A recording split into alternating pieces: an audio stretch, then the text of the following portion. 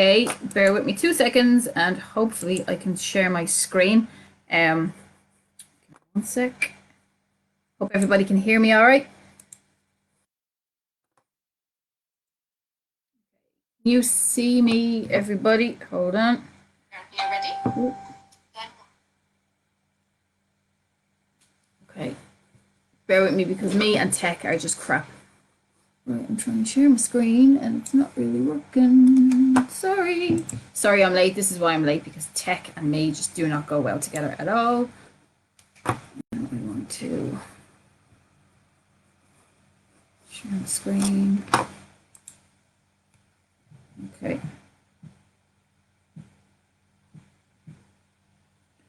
Let me see. Bear with me 1 sec. But you know what? You're probably better off not being able to see my face. Let's see. Sorry, 1 sec. Okay. Can everybody see me? Okay. Ladies, can you see me and hear me? But you can hear me and see me okay? Okay. Right. So I'm going to go ahead and assume that everybody can see me and hear me. So my name is Louise. I am going to talk to you today about bikejouring and scootering. Sorry, bear with me a sec. Okay, so yes, as I said, my name is Louise. So I have been bikejouring and scootering now since about kind of 2012 or so. I started back in 2011. No, you can't see my face now, can you? That's better. So I started bikejouring and scootering back in 20. Sugar. Sorry, bear with me 1 sec. I'm just not technologically advanced at all with this stuff. I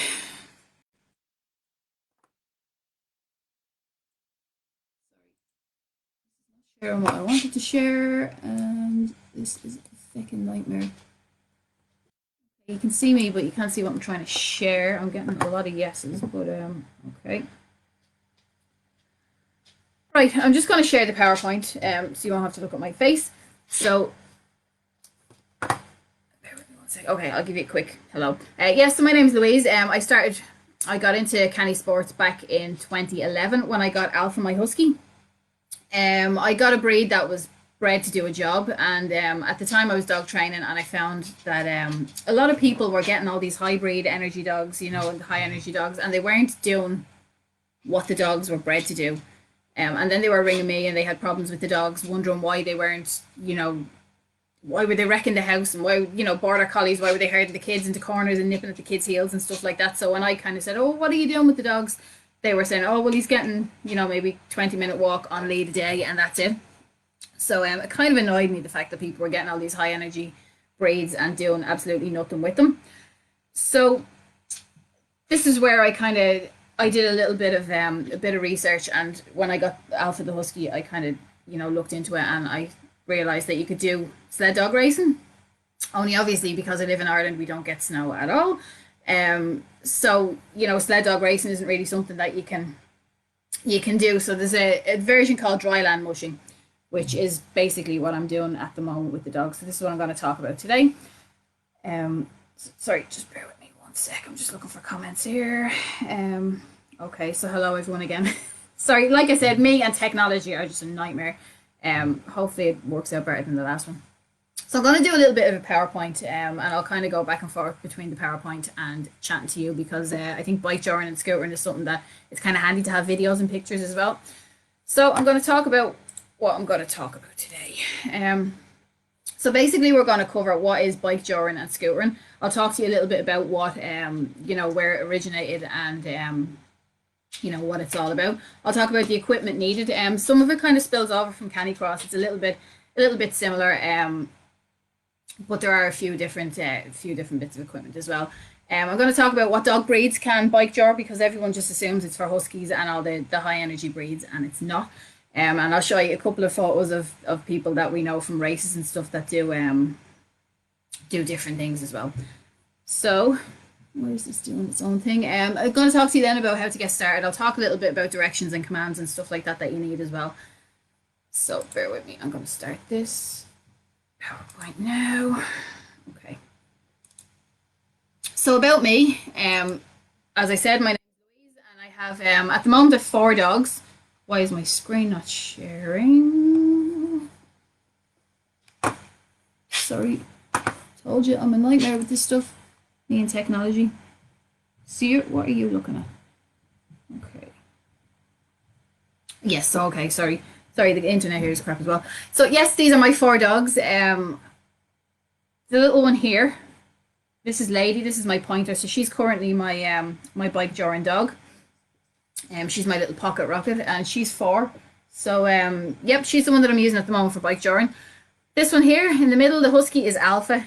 She's the reason that I got into it. When I hooked her up to a bike and I expected her to pull, she kind of went, "Nope, feck off, I'm not running. I know I'm a husky, but I really couldn't be bothered with running at all." So at the time, I had another dog called Monty, who was supposed to be a boxer cross. I always thought he had a bit of pointer in him. He loved it, which was lucky because it ended up, that's how I kind of stayed in the sport, because if it was left down to this little princess here, I probably would have gave it up years ago. The big doofus on the right here in the picture of the 3 dogs is Dyson. He's my boy, my baby boy, and sometimes he runs, and when he runs, he's great, and sometimes he doesn't. And I have a couple of videos and photos that I'll show you later on, just to kind of to show you how he can be a little bit of a diva. And the monster in the orange jacket on the right is the newest edition. This is Maze. She's a Eurohound, so she is a purpose-bred dryland sled dog. Now, her mother was what's called a Greyster, so they would be greyhound pointer crosses. So they're basically bred for the speed of the greyhound, but the stamina and the longevity of a pointer. So her mother was that, and her dad was a Eurohound, which would be an Alaskan Husky bred with a pointer. So she would be Alaskan Husky pointer greyhound. And she's going to be my scooter dog, because at the moment she's just a little over a year and she weighs in and around 30 kilos, so she'd be nice and strong. So yes, I'm dying to actually get to an event, because we haven't had an event in over a year now. So I'm dying to actually get her to events, just to kind of see how she takes to it all. But sure, COVID messed all that up for us. Now I'm going to apologise in advance if I keep clearing my throat, because my asthma's playing up a little bit, and all this talking certainly doesn't help. So I have a little video here of my first Bikejouring race back in 2012. I'm going to see if this will work on the presentation. Bear with me a sec. So I'm hoping that you can see this. Yes, okay. So because it was back in 2012, but this was Monty.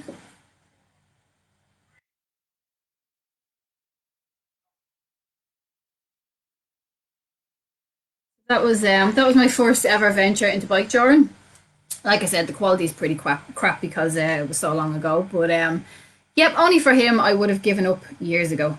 And I look back now and I look at that video and I see all the different things that I did wrong. And knowing now what I know now, if I'd known back then, I would have changed a lot. But that's a little kind of a little video into what Bikejouring is. So I've competed for Ireland. I've represented Ireland at the European Canicross Championships a couple of times. So the first time I was with Dyson, the first picture on the left hand side, I canicrossed with Dyson, and that was in Italy, and it was gorgeous. It was a glorious day, a bit too warm for us Irish that aren't used to the heat, but it was an experience, and it was something that I just got to do, and it's amazing, and it's stuff that you get to say you represented your country. And while we haven't ranked internationally anything over, I think the best we did was 16th in Europe.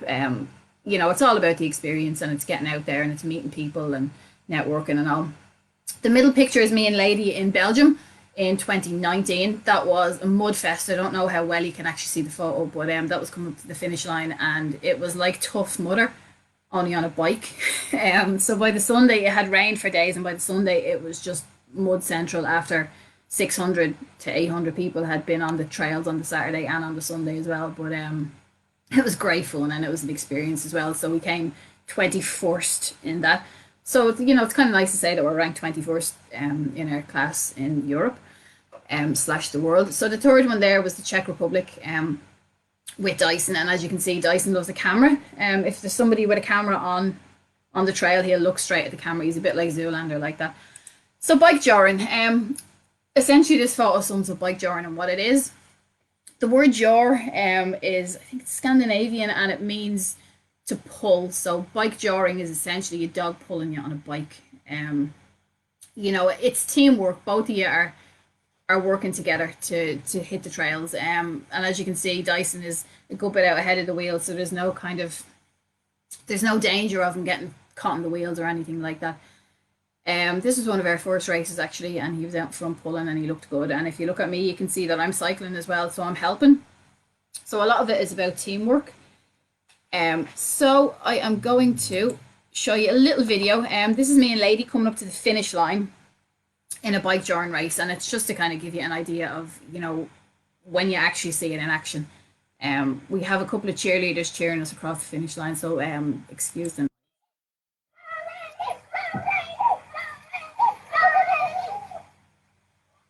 Short and sweet. That's essentially bikejouring. Like I said, Lady is tiny. She's about 21 kilos, but she's my little pocket rocket, and she's fast. And as you can see, you know, you can hit really intense speeds on the bike and the scooter. A couple of times I've been racing with Lady. We've hit kind of 50 kilometers an hour now. That wasn't for the whole race. But, you know, if you want to go fast and you have the right dog, you really can go fast. If you look at times for some of the world champions and the European championships and stuff like that, you're looking at maybe, you know, 7 or 8 minutes over a 5K, and that's not a flat 5K, that's a hilly 5K. You know, so a lot of it is down to kind of how comfortable you are and what your dog wants to do as well. I'll talk to you about equipment now in a couple of seconds. I'm just going to show you. Sorry, don't need to see that again. So scootering, it works on the same basis as bikejouring, only if you look at the photo there, you can see that I'm using what's called a scooter. It's a specially adapted scooter. And it would have a similar frame to a mountain bike, only you haven't got the pedals and you haven't got the saddle. So it is harder work than bike, but it is fun. I always kind of say that, to me, Canicross is the hardest of the 3 sports. Bike is the easiest and scooter is somewhere in between. You know, as fit as you are with Canicross, once you stand on that scooter and start kicking, you find muscles that you never realised that you had.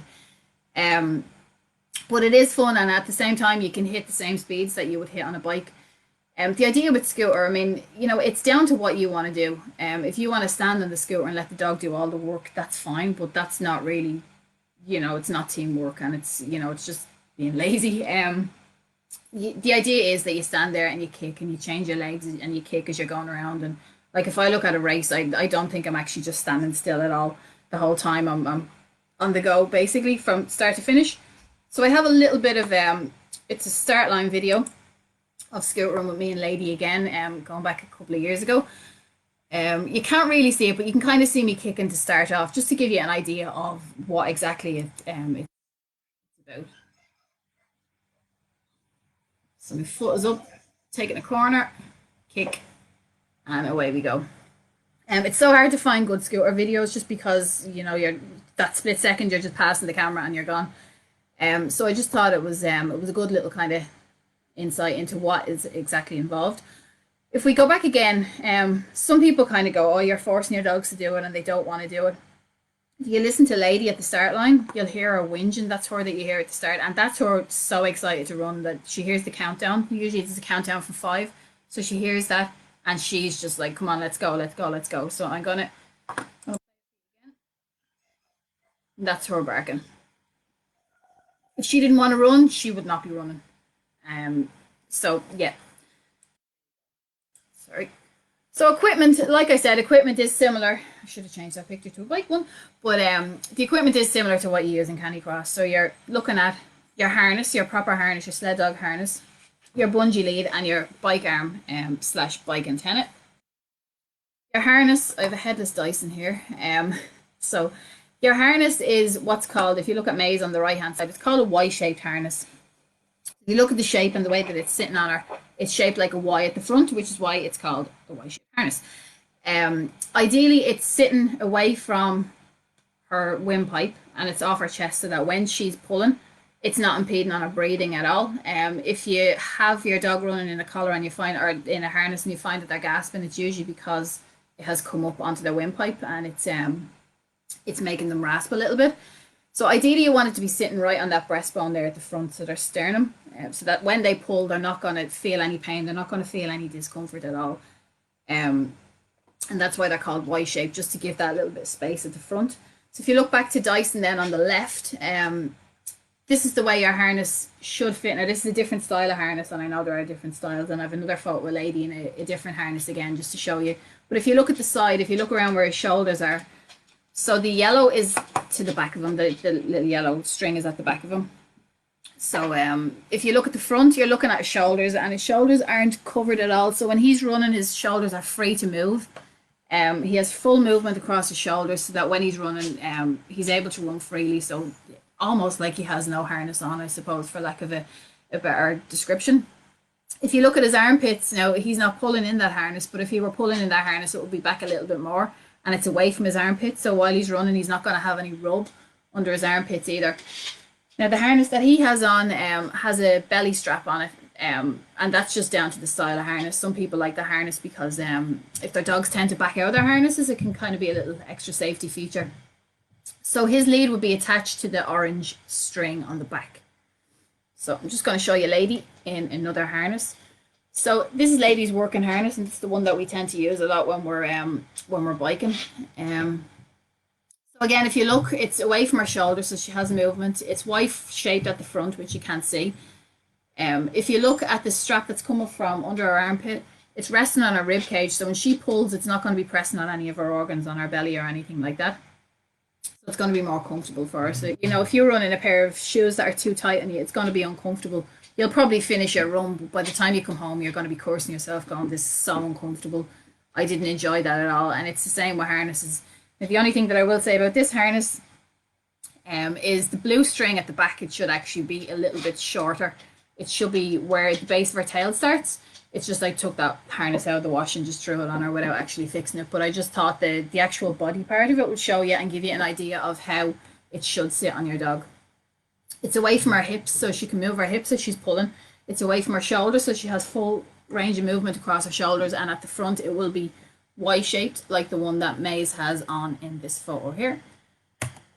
Down to styles and brands, I don't get into styles or brands because it's all down to personal preference. You know, like with runners, you know, some people like Saucony, some people like Solomon's, some people like Innovates, and it's just down to personal preference. Certain styles will fit certain dogs better than others. So it's just down to kind of, you know, having a chat with your equipment providers and seeing what style works best for your dog. And, you know, obviously pre-COVID, it's handy if you can meet somebody and actually get to try different harnesses on, which is what we tend to do at classes and all. And we let people go for little runs with the dogs just to see what's comfortable and what works for them.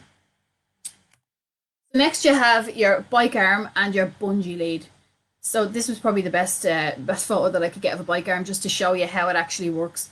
So your bike arm will keep your bungee lead away from your front wheel. If you're running with no bike arm on, there's a big risk that your lead is going to actually get caught in the front wheel. And especially if your dog tends to run beside you, or if they stop suddenly, you know, it's just a big risk. You can run without one, but you're taking a risk, and it means that you're watching your dog and you're watching the line the whole time like a hawk to make sure that it doesn't get stuck. And if it does get tangled, you know, I would show you a few photos near the end of the time that it happened to me and I face planted and got concussion. I'm not trying to put you off or anything, but it's scary for the dog as well. When you fall, if you flip your bike and it lands near the dog, it can be quite traumatic for a dog as well. So you don't, you know, you want to lessen the likelihood of anything like that happening. Different bike arms will fit different bikes different ways as well. So some will sit on the frame of the bike. So if you look at where my cup holder is on the bike, if you look, some will come from there and they'll come across and stick out in front, but they all have the basic kind of same design at the front where they hold the lead away. Bungee lead is the same element as your Canicross line, so it's basically a shock absorber lead. It has either an elastic section in it, or some of them come and they're fully bungee, and it will absorb that pull when your dog pulls, especially when you're starting off. When your dog pulls you first, the shock absorber will take a lot of that out and stop the likelihood of your dog being injured when they pull. They are longer than a Canicross line generally. Canicross lines, when they're fully stretched, will generally be about 2 meters long, whereas a bike line will be about 2.7, 2.8 meters long. And it's just to keep the dog away from the wheels. You can run with a Canicross line on your bike, but it's just a little bit safer if you have your dog that little bit further away from your wheels. like I said, different styles of bike arms work different ways. I've actually changed now to one like this now. So this is the non-stop bike antenna. So if you look at the first picture, it sits on the stem where your handlebars go. It will hold. If you look at the second picture, then it holds the line out in front. So they're all going to be the same way. They're all going to keep the line away from the wheel like that, but they sit on your bike in different ways. And it's sometimes it's down to personal preference as well. I used to use this one more, but I've started using this one and I just prefer it. Some are rigid and some have that little kind of springy, coily, elasticy bit at the front. I like that just because if the dog does stop, it's not so rigid and it gives a little bit of give if your dog decides that they need to stop and go to the toilet and stuff like that.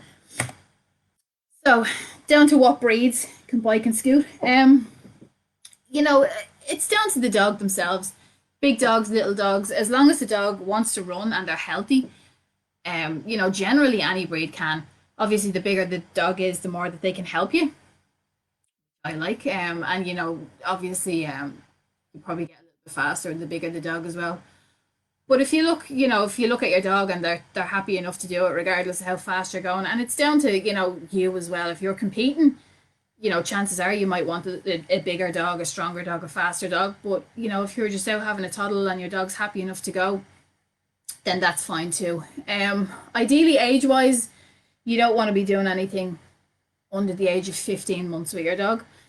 It's just to give your dog time to develop and to grow and for their growth plates to kind of to close up and stuff like that, you know, because if you have a young puppy and you're putting them on and they're pulling while they're still developing, there is a higher risk of having health problems as they get older. So their hips and stuff like that, elbows, you know, and you don't want that to happen. You want your dog to be happy and be as comfortable. And, you know, if they love bike jouring, you want them to be able to do it as long as they can too.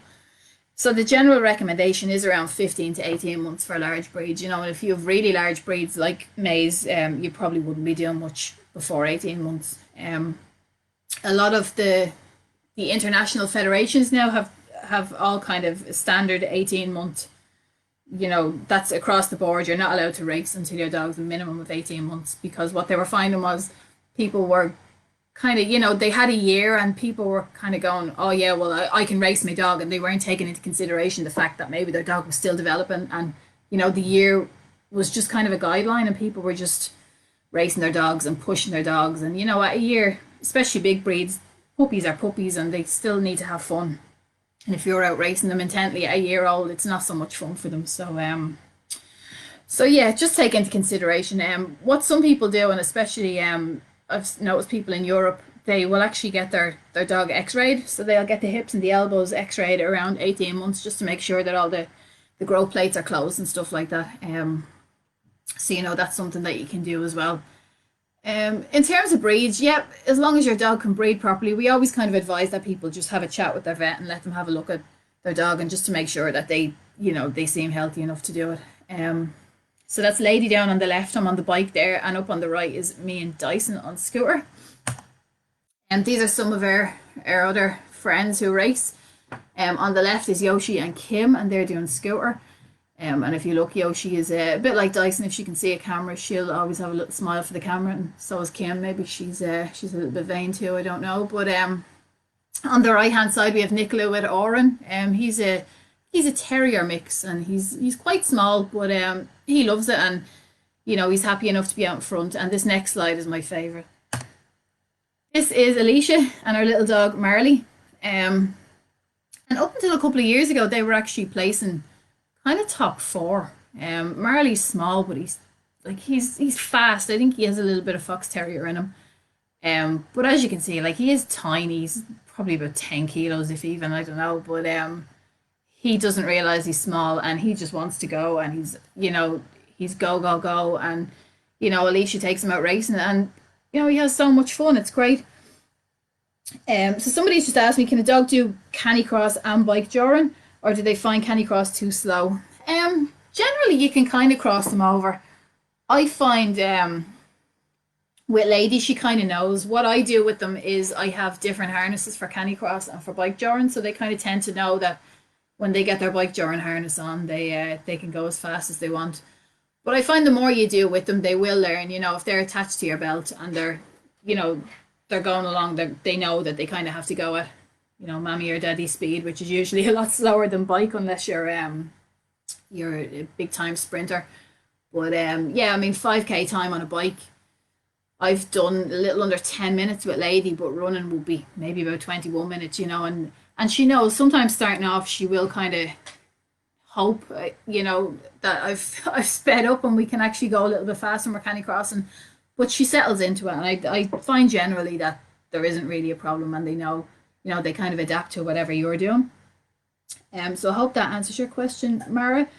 But yeah, if you are finding, and you decide to do canicross and bike journey, and you're finding that when your dog is canicrossing with you that they, they're not really taking to it so well, maybe consider getting a different type of harness, a different style of harness, and just have one for canicross and one for bike journey, and that might help. So how to get started? So generally, if you have any clubs near you, it's always handy to be able to meet some of the club members and have a look, or go to races and see what it's all about before you ever even decide that you're going to do anything.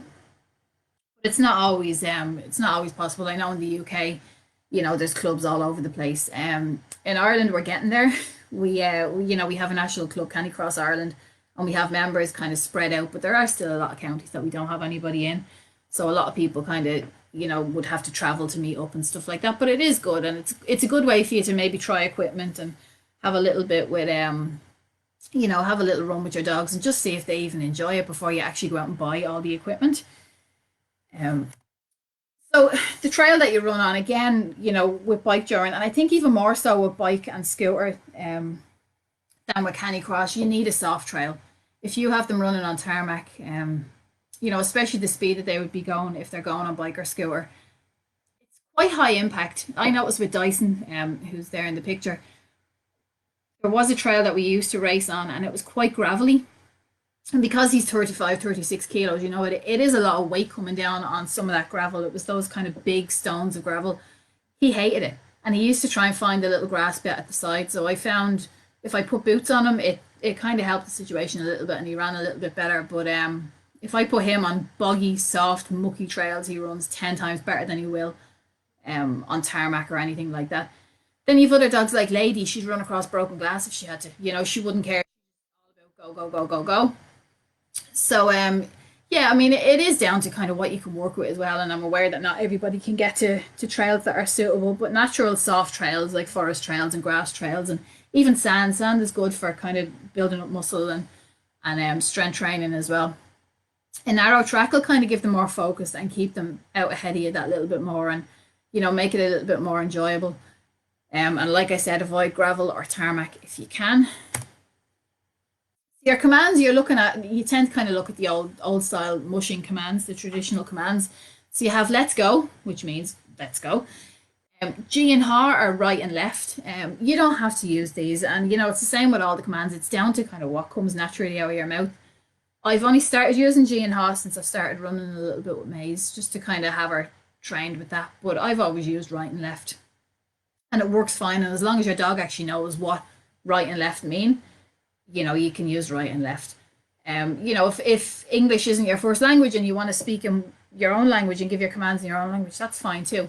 Just be aware that if you are lending your dog out to somebody who maybe doesn't speak the same language as you, the likes of right and left can be kind of handy. And it's the same with G and H. G and H is kind of standard all over the world, and those are the commands. So, even though I'm in Ireland and I speak English, I could give one of my dogs to somebody who's French and they'll still know G and H. So when they're giving the dog the command, the dog will still understand regardless of whatever other commands they're given in French, if that makes sense. So you have steady, which means slow down. So if you're coming up to turns and stuff like that, you want your dog to be able to slow down. You have on by, which basically just means keep moving forward, ignore your distractions. So if you're overtaking somebody maybe in a race, or if you're passing dog walkers while you're out training, on by is a good one to have, and it just means to the dog just keep going forward, and doesn't matter what's going on beside you.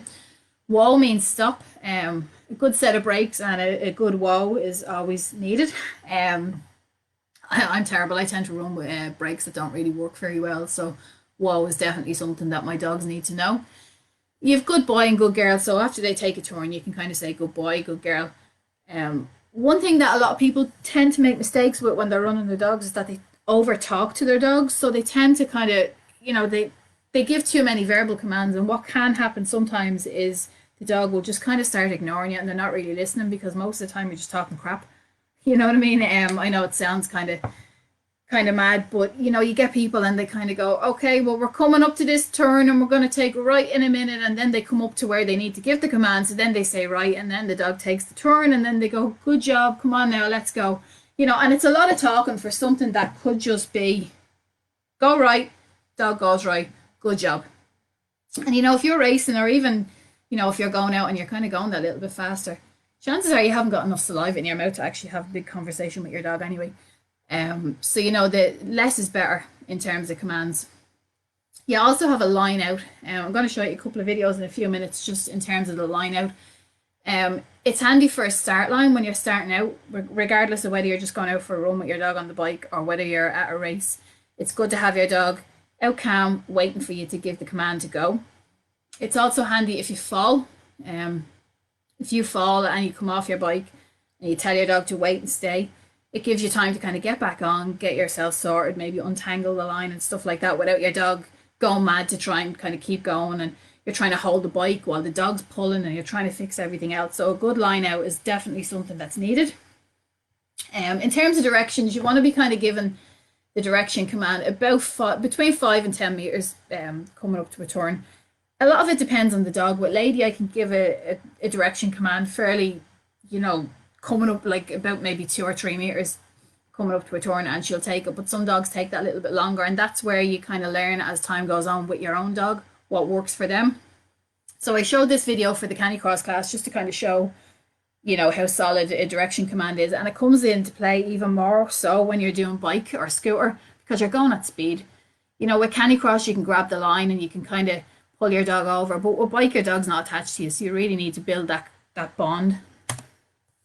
So we're coming up, and as you can see from the picture, there's a tree up ahead and the path divides into two. So as we're coming up to it, Lady is picking the right. She's picking the right trail, so she's going over onto the right hand side. So me being me and me being a little bit mean, I decide, nope, I want her to go left. So I give the left command, and it could go really well or it could go really badly. So I'm going to let you watch and see.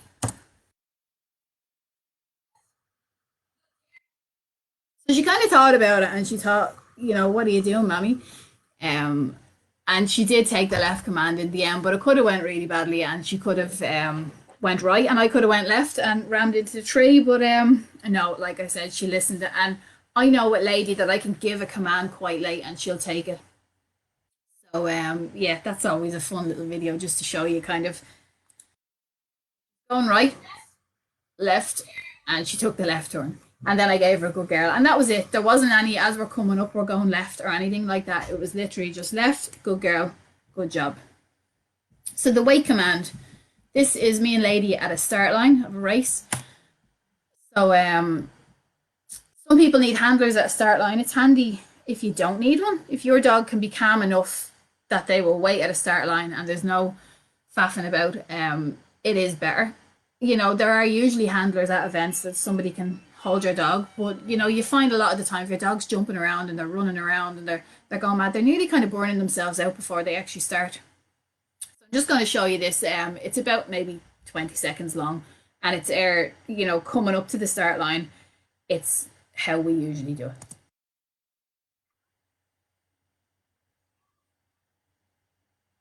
She's standing there, the line is fully extended. I've told her wait, so we're waiting.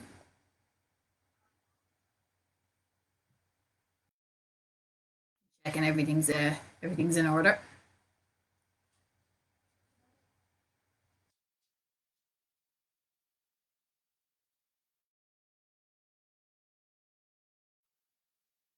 And then you heard the countdown from 5, and I told her go, so she was ready to go. So that's how I try to train all the dogs. It doesn't always happen like that. And certain situations your dog will be a little bit more wired than other times. So it is handy if you can have your dog like that. But most of the time there are handlers there. I'm just looking at my screen and it looks like it's going a bit funny. Can everyone still hear me all right, or is it gone a bit crap?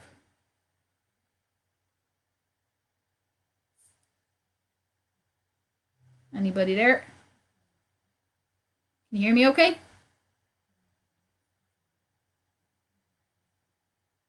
And did the video show properly? Yay or nay?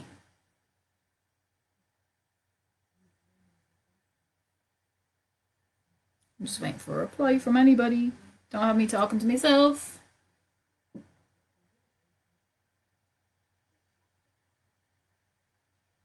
Anyone there? Better now. Did you see? Did everyone see the video?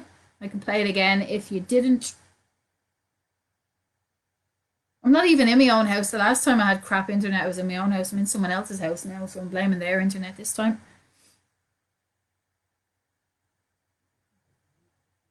Yeah. Okay. So you saw the video. Perfect. Um, like I said, when I I race for speed because I compete abroad. Not everybody does, and accidents do happen, and I'm not trying to put you off. And it was only as I was putting these photos in, I was kind of going, Mara, I'm going to play the video again then. Just hold on a sec. Oh, sugar. Nope, not yet.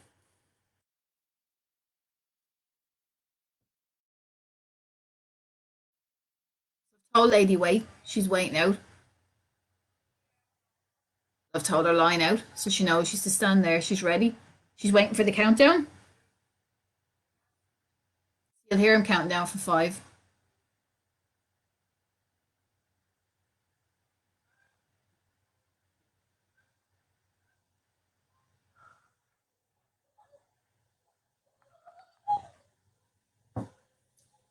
Anyway,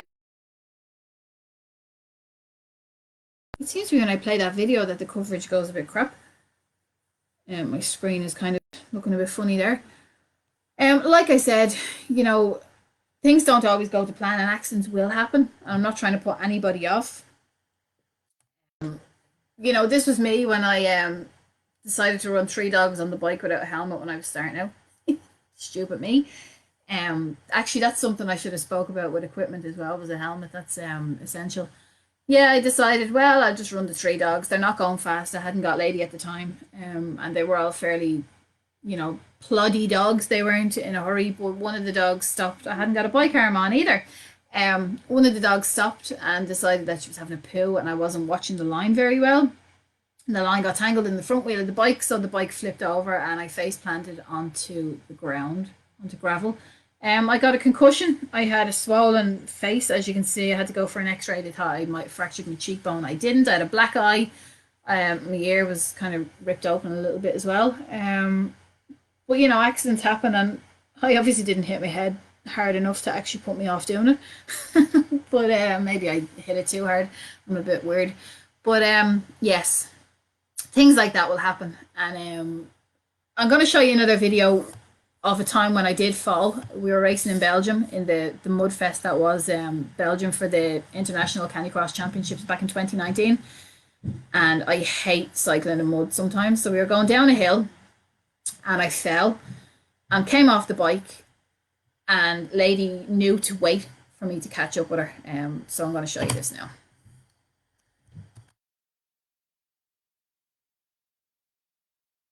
So lady stopped as soon as she realised I was off the bike. Shook herself off because she got a little bit of a fright that time. So she shook it off, got ready to go. I'm telling her wait. She's waiting and having looking around to make sure there's nobody coming behind us. Cleared the bike off. The whole time lady is just waiting, waiting. And then I give her the go command and she's off again.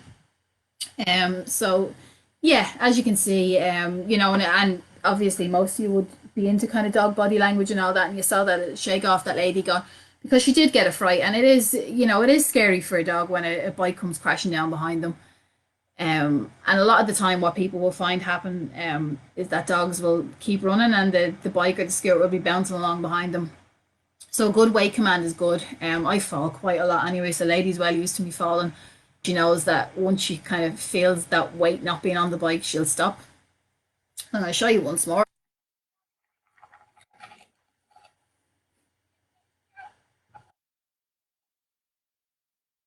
Call her good girl. She does a shake off, a little wag of the tail. She's not sure. On her weight, looking around to make sure everything's good. So if she hadn't got a good weight command, she'd be pulling it. raring to go, and I'd be trying to hold the bike, trying to clear the bike, trying to get everything sorted. So a good command is definitely needed. But you know what, bike joring is fun and scootering, and it's worth the danger. This was us on a little mountain bike trail. I'll just show you some of it in the background while I'm talking. We hit a mountain bike trail and we kind of trail a little bit. My friend's up ahead, she's scooting, I'm on the bike. And it's fun. I look at these videos and I go, God, I miss racing, and I really do, because it's just it's so hard when you've nothing to train for. Trails like this I don't do a lot of because there is a lot of stopping and starting. And it is good training though, it's good focus for your dog. But I don't do a lot of it because the dogs kind of tend to start and stop quite a lot. I'm not going to show it all to you, I'll just show you a little bit. There's a lot of twists and turns, and it's actually quite good to build up that teamwork if you can do the odd trail like that with your dog.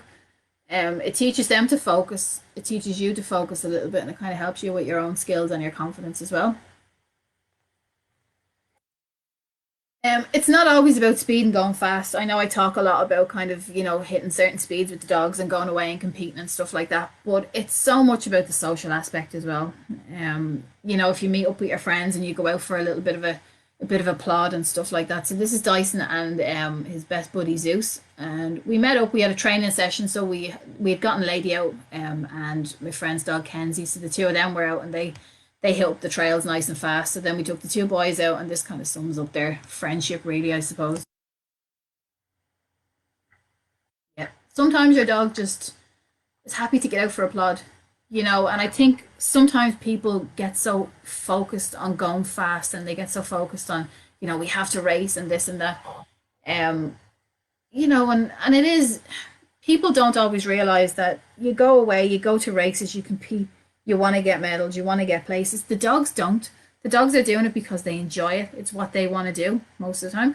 Um, they don't go to race. They don't go for medals. They go because it's what they enjoy doing. And some dogs, it's bred into them and it's what they do. But there are times when they just want to go for a plod, and they're just happy enough to take their time and dawdle along, and this kind of sums Dyson up really anyway. Um, he's just happy to get out for a plod. Him and Zeus just going along, spending time together. And me and his owner are having a little chat going along there as well. Time for photos, time for a little video maybe. Um, a couple of little obstacles as you're going along. I mean, if you're going fast, you probably wouldn't be doing that trail very much. But it's about getting out with your dog. I love just going along and enjoying the sound of nature and that noise of the wheels turning and your dog's paws going and nothing else. Sometimes I sing as I'm going along. So everyone knows me as the mad woman who sings while she's biking or scooting with the dogs. But it's about kind of building that relationship with your dog and just getting out and enjoying it, because like I said, your dog's not going to race, he's not going to win, he's not going to win medals, he's going because he enjoys it and he enjoys spending time with you. And some dogs are owner pleasers and they just want to race because they want to make you happy. So sometimes it's nice to just kind of go and chill. And sometimes your dog will have an off day. This is an embarrassing photo because this is at a European Championship race over in the Czech Republic back in, I think it was 2017, 2016, 2017. And I decided to, I'm going to race Dyson, and we drove all the way to the Czech Republic, and we're up against the best of the best, the best athletes in the world. And Dyson that weekend decided that he wasn't arsed. He didn't want to run. He was happy enough just to get out for a plod. He wasn't pulling, and he wasn't there to race. He was just there to enjoy himself, smile for a few cameras along the way. And as you can see, he's running right beside me, which is the complete opposite to the whole concept of bikejouring and scootering. He should be out front and he should be bloody pulling me, but he decided that he wasn't. And it's an embarrassing photo when I look, but you know what? I still love him anyway. And that photo was actually taken later on that day, so I didn't kill him and I didn't strangle him, and I was still smiling. And you're looking at a 16 or 17 hour drive from the ferry in France to the Czech Republic, and and all that, you know, and you go and you're representing Ireland and you kind of hope that you'll do well. But, you know, Dyson decided, no, I'm not really there to run. I'm there to plod along with Mummy, and I'm happy to spend time with Mummy on the trails. And the longer it takes me, the longer I get to spend out on the trails with Mummy. And yeah, that's it. And I think a lot of people do kind of get a little bit caught up in racing and all that. But, you know, at the end of the day, you're doing it for your dog. It is great exercise for you, but it is for your dog at the end of the day. And I'm going to try and put you back onto my face now and speak to you again. There we go. So yeah, like I said, a lot of people do kind of get focused on times, and you know, we have to do this and that, and you know, we're training and all that. And it is good to have a goal. I find at the moment, because I'm not training for anything in particular, that, you know, our runs are just runs and they're not really training sessions. And I think sometimes the dogs miss that. But at the same time, it is nice to just get out and let your dog do whatever they want to do. Because it is a sport that's essentially for your dog rather than you. So does anybody have any questions? I know I'm just going to go back through the comments here. I'm just scrolling. Somebody said, can I use my Collie Cross for scooter or bike? Yeah, the thing with scooter is that you find the dog has to work that little bit harder, and so do you. So sometimes smaller dogs find bike a lot easier because the bike tends to kind of move that little bit more easily as you're going along. So if you have a small dog that you know you feel maybe won't pull as much, bike is generally a better option. But in saying that, scooter is generally a safer option. You know, if you consider when you're falling, if you're falling off a bike, you have to try and dismount off the bike. You have to try and get your foot over the crossbar. You have to try and, you know, kick your leg over the saddle of the bike and stuff like that. Whereas a scooter, you just step off. So if you look at the concept of the scooter, picture up now. No, you know, if you look at a picture of the scooter, it's just a scooter. You can step off nice and easily. But at the same time, you do have to work that little bit harder. So, you know, it's always handy if you know somebody that maybe has a scooter that let you have a go, and, you know, maybe a bike as well, and you can try the two and see. I find with Dyson, he's always preferred the bike. Sometimes to let him do a little bit of work, but he prefers the bike, and I think it's just because it's easier for him. Lady doesn't care, but because she's so small, I tend to bite. She's my bike dog. I just feel that, you know, she's at a little bit of a disadvantage against the bigger dogs because she is so small, but she is fast. So I think the bike suits her that little bit better. And then with Maze being a big dog, she's going to be my scooter dog because she has that power, and I don't think she'll even notice the difference between bike and scooter. So somebody else had asked, any advice for a nervous human that would like to start bike or scooter so I'm less hard work for him? I'm assuming that means you're canicrossing with him at the moment and you're not running fast enough for him. I always think scooter is a good starting off point. But at the same time, scooters are hard to come by, and secondhand scooters are, you know, sometimes they're like gold dust. If you're on some of the mushing groups on Facebook or whatever, you'll get the odd secondhand one that'll come up the odd time. But you know, new ones are dear, and you can buy cheaper ones, but they're not always as reliable. I've heard of cheaper ones, kind of the frame breaking and stuff like that. So it can be a bit hit and miss. So it's ideal if you can kind of find somebody who's near enough to you, or somebody who'll even let you borrow the scooter for a couple of weeks and just try it. Safety wise, scooter is definitely a safer option. Like I said, you can just step off if you feel that you're going to fall. You can just step off. Whereas the bike, you actually have to swing the leg over and dismount, or just, you know, face plant like I did, or do a nice little flip like I did in the video with Lady in the Mud. And the more you do it, this sounds weird and it's probably going to put people off. The more you do it, the more you get used to falling and you learn how to fall properly. And it's the same with canicross. If you fall a lot, you kind of learn how to fall in a way that you're not really getting injured as much. And the same with your dog, if you kind of learn to fall so that you're not falling on them. And if your dog's out in front, chances of you falling on them are kind of lessened anyway. So somebody said they're ready to have a go. That's good. If you're not in the UK, if you're in America and stuff like that, and you know you're finding it hard to find clubs or even equipment suppliers or whatever, even just pop me a message and I'll see if I can source anyone for you, or even put it up in the comments saying that you're looking for clubs. And obviously with COVID at the moment, a lot of clubs aren't meeting. You know, I do classes and stuff like that, and none of that is going on at the moment. But you know, after COVID, whenever things eventually return to normal, you know, have a look, and you know, you might even have a club that's near you, but there might be members that live near you, and you can meet up and, you know, you often find that dogs will run better when there's somebody for them to chase. So it is good to kind of have options there where you can meet up with people and have a go with the equipment, have a go with the bike, scooter, let your dog chase after other dogs just to see if they're into it and all that. So I hope that was interesting enough for you. I'm just going to go back to the PowerPoint for a second because I have an offer on for anyone that's attending this talk, it's 10% off our entire website. So that's including kits. So I do like a bikejouring kit, scootering kit, where you get the bungee and you get the bike antenna at a discounted rate. So normally I wouldn't discount that, but there's going to be they're going to be discounted as well. I'm starting some online courses. I'm starting a beginner's canicross one. I'm thinking about doing a bike one as well, but that's not ready to go just yet. But if you use the code virtualconf, it's valid up until the 1st of April 2021 on the website. So you just put that in. So somebody just said June, our club in Mid Scotland. Yes, I see that actually. I saw that Lindsay Canifit was starting back her classes, and that's great. Here in Ireland, we don't know what the story is. They're due to kind of, look at it next week and see. So we're kind of hoping that outdoor training sessions and meetups will go ahead. But nobody knows at the moment, and it's kind of tough for some people like the likes of me who go away and we compete, because the World Championship should be in France in October and we don't know.